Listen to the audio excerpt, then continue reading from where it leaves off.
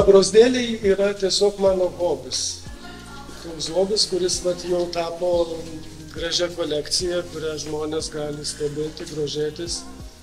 Ir bežiūrėdami, man atrodo, jie meldžiasi.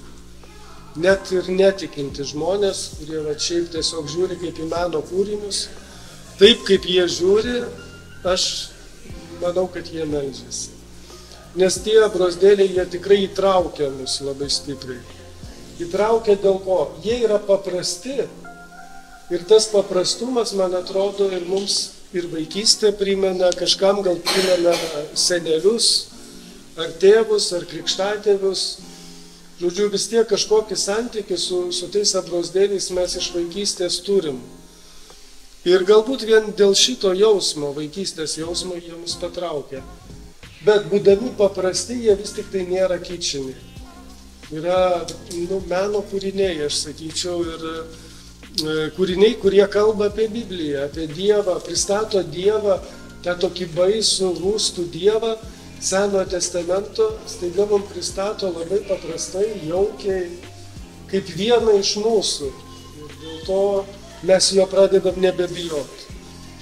Kaip jie paplito Lietuvoje, tie abrozdėliai, aišku, kad daugiausia didžiąją dalim vienuolynai prie to prisidėjo. Apskritai abrozdėlių istorija prasideda Vokietijoje nuo vienuolynų, moterų vienuolynų, kurios savo geradariams tiesiog atsidėkodamas dovanodavo abrozdėlį išpuoštą, rankomis pieštą, o paskui su laiku, žodžiu, tai tapo ir tokių masinių spausdinimų.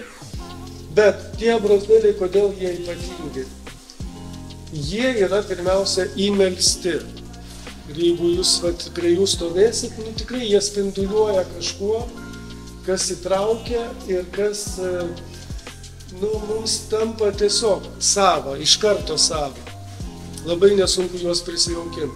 Žmonės, kurie anksčiau, pavyzdžiui, nemokėdavo skaityti, jie žiūrėdavo ir iš jų mokėsi Biblijos tiesų, mokėsi gyvenimo, tiesiog galima sakyti, ugdėsi krikščioniškai.